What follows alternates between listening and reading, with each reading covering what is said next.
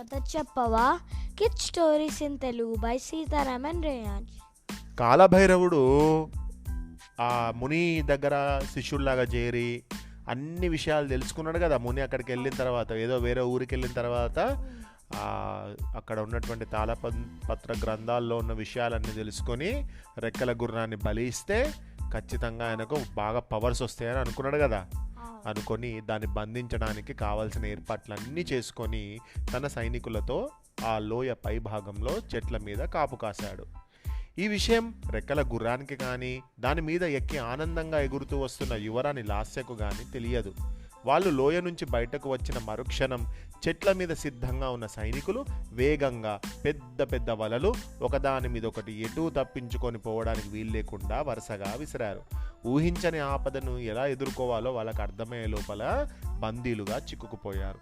రెక్కల గుర్రాన్ని, యువరాణి రాశిని కూడా వాళ్ళు ఏం చేసిండ్రు, కదలకుండా తాళ్లతో కట్టేసి కాలభైరవుని ముందు ప్రవేశపెట్టారు. ఇదంతా నిన్నటి పాడ్కాస్ట్లో విన్నాం కదా. కాలభైరవుడు ఆ రెక్కల గుర్రాన్ని ఆనందంగా చూస్తూ ఇది మామూలు ఇలాంటి అల్లాటప్ప రెక్కల గుర్రం కాదు, మన అదృష్ట దేవత. దీనివల్ల మరికొద్ది రోజుల్లో మనం ప్రపంచమంతా మన చెప్పు చేతుల్లోకి రాబోతుంది. ఇది చాలా ఆనందించదగ్గ విషయం. ఆ మరుక్షణం ఇన్ని రోజులు సేవ చేసినందుకు గాను మీ అందరి దోసిళ్ళు నవరత్నాలతో నింపి మీరెంత బరువున్నారో అంత బంగారు వరహాలు కానుకగా ఇస్తాను అన్నాడు. ఆ మాటలు విని సైనికులంతా ఆనందంగా కాబోయే ప్రపంచాధినేతకు జయహో, కాలభైరవ మహారాజుకు జయహో అంటూ గట్టిగా అరిచారు. ఈ రెక్కల గుర్రాన్ని జాగ్రత్తగా బంధించి రేపు బలిపీఠం వద్దకు తీసుకురండి అంటూ లాస్యవంక తిరిగి చిరునవ్వుతో, ఆడపిల్ల ఇదేం చేస్తుంది కానీ దీన్ని తీసుకుపోయి కారాగారంలో బంధించండి. రెక్కల గుర్రాన్ని బలిచ్చాక ఈమె సంగతి చూద్దాం అన్నాడు. కానీ అదే అతను చేసిన పొరపాటు. యువరాణి లాస్య అందరిలాగా మామూలు ఆడపిల్ల కాదు కదా.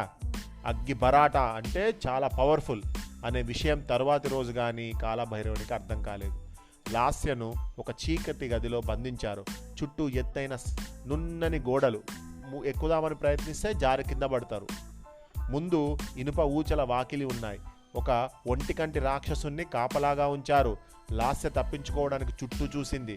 గదిలో తాగడానికి ఒక నీలకుండ తప్ప ఏమీ లేవు. దాన్ని చూడగానే ఆమెకు ఒక ఉపాయం తట్టింది. వెంటనే, రేయ్ నన్ను వదులు, లేకపోతే నిన్ను ఏం చేస్తానో చూడు అంటూ గట్టిగా అరుస్తూ ఆ నీలకుండను తీసి గట్టిగా గది మధ్య బండకేసి ఢబీమని బాధింది. అది పగిలి ముక్కలయ్యి గదంతా చెల్లాచెదురైపోయింది. ఆ చప్పుడుకు ఒంటికన్ను రాక్షసుడు కోపంగా అక్కడికి వచ్చి, ఓసే పిచ్చిదానా, నువ్వు ఎంత అరిచి గోల చేసినా ఇక్కడ నిన్ను పట్టించుకునే వాళ్ళు కానీ, జాలిపడి వదిలిపెట్టేవాళ్ళు కానీ ఎవరూ లేరు. నోరు మూసుకొని మూలన పడుండు. ఇంకోసారి తిక్క పనులు చేశావనుకో బల్లెంతో కసుక్కున్న ఒక్క పోటు పొడుస్తా చూడు, చచ్చూరుకుంటావు అన్నాడు. లాస భయపడుతున్నట్టు నటిస్తూ వణుకుతూ ఒక మూలకు వెళ్ళి కూర్చుంది. ఒంటికంటి రాక్షసుడు అక్కడి నుంచి వెళ్ళిపోయాడు. వెంటనే లాస్య పగిలిన పెంకులను పరిశీలనగా చూసింది. 3-4 పెంకులు బాగా షార్ప్గా కనబడ్డాయి. వాటిని తీసి జాగ్రత్తగా దాచి అవకాశం కోసం ఎదురు చూడసాగింది. చీకటి పడగానే బయట డప్పుల శబ్దం మొదలైంది. బలికి అంతా సిద్ధమవుతున్నట్లుగా ఉంది. డప్పులు చెవులు చిల్లులు పడేటట్లు డమ్ డమ్ డమ్ డుమ్ డుమ్ డుమ్ అట్లా సౌండ్ వస్తుంది. ఇదే మంచి సమయం అనుకుంది. దాచిపెట్టిన కుండ పెంకుళ్ళు తీసి నేల మీద చిన్నగా నూరుతూ బాగా పదునుగా పిడిబాకుల్లా తయారు చేసింది. అంటే షార్ప్గా తయారు చేసింది.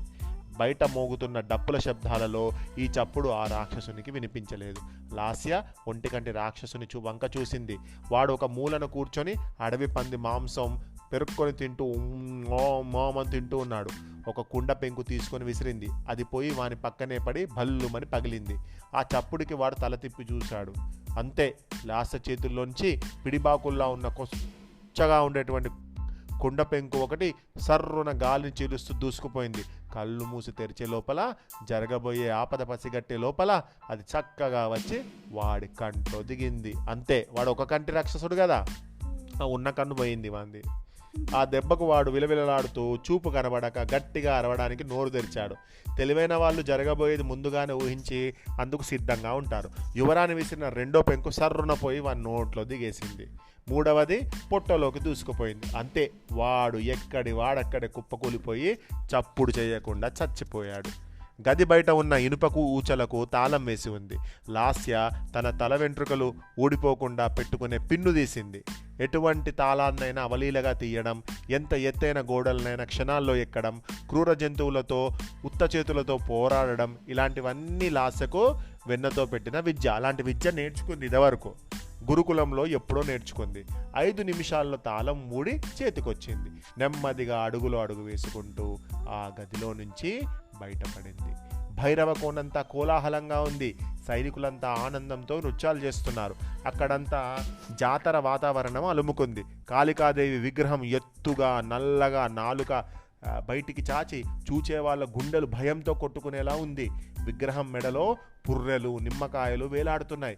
ఎర్రని కుంకుమ, పసుపు బొట్లతో దేవతనంతా అలంకరించారు. చుట్టూ వెలుగుతున్న కాగడాలంటే ఫైర్ స్టిక్స్ ఆ ప్రదేశమంతా చీకటిని దూరం చేసి వెలుతురును చిందిస్తున్నాయి. దేవత ముందు ఒక ఎత్తైన ప్రదేశంలో ఒక పెద్ద ముగ్గు మీద రెక్కల గుర్రంని ఇనుప గొలుసులతో కట్టేయబడి ఉంది. ఒక యజ్ఞగుండం ముందు కూర్చొని అనేక మంది మాంత్రికులు పూజలు చేస్తూ ఉన్నారు. కాలభైరవుడు తలస్నానం చేసి నుదుట అరచేయంత వెడల్పు గల ఎర్రని బొట్టు పెట్టుకొని, మెడలో పెద్ద పెద్ద రుద్రాక్షలు ధరించి, ఎర్రని పంచా కట్టుకొని, చేతు నిండా పసుపు కుంకుమలు తీసుకొని దేవత మీద చల్లుతూ పెద్దగా మంత్రాలు జపిస్తున్నాడు. కాళికాదేవి కాళ్ళ ముందు బలివ్వడానికి సిద్ధం చేసిన పెద్ద కత్తి తలతలలాడుతూ మెరుస్తూ ఉంది. ఆ కత్తితోనే ఆ రెక్కల గుర్రాన్ని చంపేయాలని చూస్తున్నారు. రాజ్యంలోని సైనికులంతా అక్కడ చేరి ఆనందంతో జరగబోయేది నిశ్శబ్దంగా చూస్తూ ఉన్నారు. యువరాణి లాస్య ఒక చెట్టు పైకెక్కి ఇదంతా గమనించింది. ఆ రెక్కల గుర్రాన్ని చూస్తే బాధ కలిగింది. పాపం, వీరులెవరైనా సరే స్నేహితులు ఆపదలో ఉన్నప్పుడు వాళ్ళను ఒంటరిగా వదిలేసి తమ దారి తాము చూసుకోరు కదా. ఎలాగైనా సరే రెక్కల గుర్రాన్ని బలివ్వకముందే తప్పించాలి అనుకుంది. కానీ తాను చూస్తే ఒక్కతే, ఆ సైనికులేమో కొన్ని వేల మంది.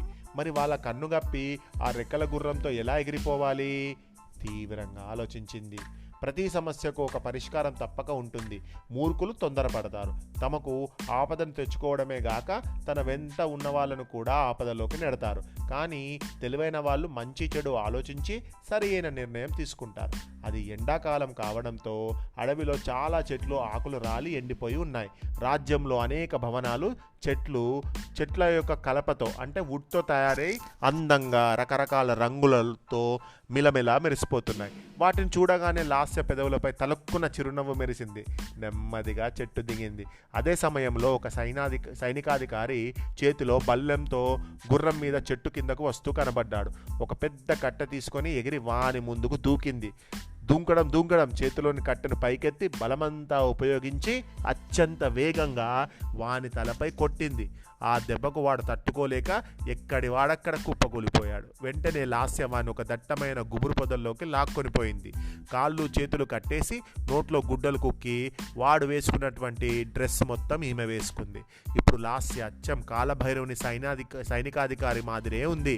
గుర్రం మీద టీవీగా కూర్చొని ఆయుధాలు దాచిపెట్టిన గది దగ్గరికి పోయింది. ఏమాత్రం తడబాటు లేకుండా బయట ఉన్న సైనికులతో, రై, మన మహారాజు రెక్కల గుర్రాన్ని బలిచ్చే ముందు కాళికాదేవి కాళ్ళ ముందున్న 100 దీపాలను బాణాలతో వెలిగించి ప్రసన్నం చేసుకోవాలట. వెంటనే ఒక మంచి కొత్త విల్లు 100 బాణాలు తీసుకుని రండి త్వరగా అంటూ గంభీరమైన స్వరంతో మగవానిలా ఆజ్ఞాపించింది. వాళ్ళు వెంటనే తలుపుతూ పరుగున లోపలికి పోయి 100 బాణాలు ఒక అపూర్వమైనటువంటి విల్లు తీసుకొచ్చి ఆమె ముందు పెట్టారు. లాస్య వింటినారి సరిచూసి ఈ 100 బాణాలకు నూనెలో ముంచిన గుడ్డలు కట్టి గుర్రం మీదకు చేర్చండి అంది. వాళ్ళు మారు మాట్లాడకుండా వినయంగా ఆమె చెప్పినట్లు చేసేశారు. యువరాణి ఒక కాగడా అంటే ఒక ఫైర్ స్టిక్ తీసుకొని అక్కడి నుంచి బయలుదేరింది. నగరం నడి మధ్యలో ఉన్న ఒక ఎత్తైన భవనం మీదకు చేరుకుంది. ఆయిల్ మొత్తం పూసుకొని ఒక్కొక్క బాణాన్ని తీసి కాగడతో అంటిస్తూ తన బలమంతా ఉపయోగించి 4 వైపులా ఉన్న భవనాలకు ఎండిపోయిన చెట్ల మీదకు వదలసాగింది.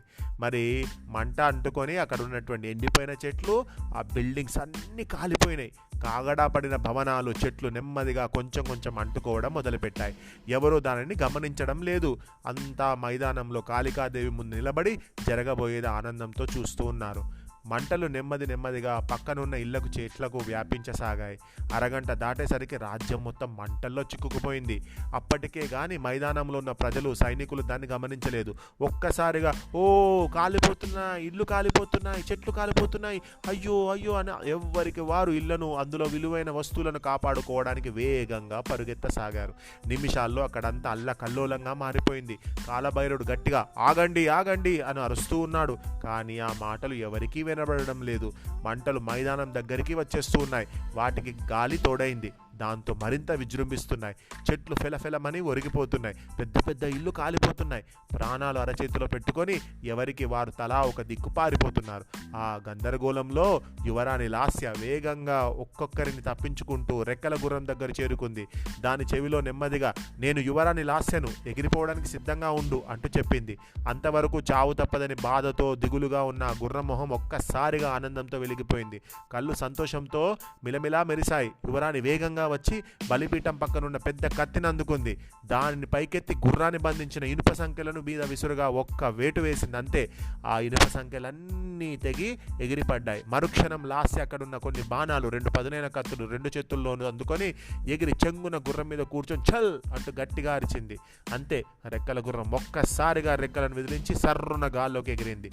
అదే సమయంలో దాన్ని గమనించిన కాలభైరవుడు జరిగిన మోసం అర్థమై ఆ గుర్రాన్ని పట్టుకోవడానికి వేగంగా ముందుకు దూసుకువచ్చాడు.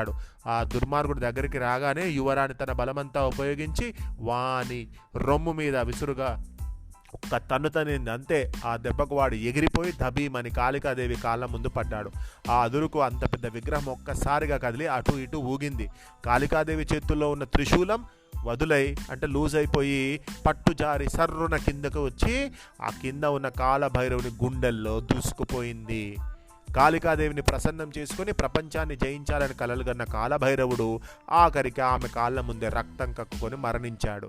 రెక్కల గుర్రం ఆకాశంలో హాయిగా ఎగురుతూ, యువరాణి, ఇదే నాకు ఆఖరి రోజు అనుకున్నాను. కానీ నీవు తప్పించుకోవడమే గాక నన్ను కూడా మంత్రగాని బారి నుంచి తప్పించి ప్రాణభిక్ష పెట్టావు. ఏమిచ్చినా ఎంత పొగిడినా నీ రుణం నేను తీర్చుకోలేను అంది. దానికి లాస్య నవ్వి, అంత మాట అనకు మిత్రమా, ఒకరికొకరు ఆపదల్లో సహాయం చేసుకోకుంటే ఈ జీవితం ఎందుకు? ఆ లోయ నుంచి నీ వల్లనే కదా నేను బయటపడింది. అది నేనెలా మర్చిపోగలను అంది కృతజ్ఞతగా. రెక్కల గుర్రం చిరునవ్వు నవ్వి, యువరాణి, నేను వెళ్లే ముందు నీకేదైనా సహాయం కావాలంటే చెప్పు, పనిచేసి వెళ్తా అని అంది. మరి ఈమె ఏం సహాయం అడిగింది, ఆ రెక్కల గుర్రం ఏం సహాయం చేసింది అనేది నెక్స్ట్ పాడ్కాస్ట్లో విందాం.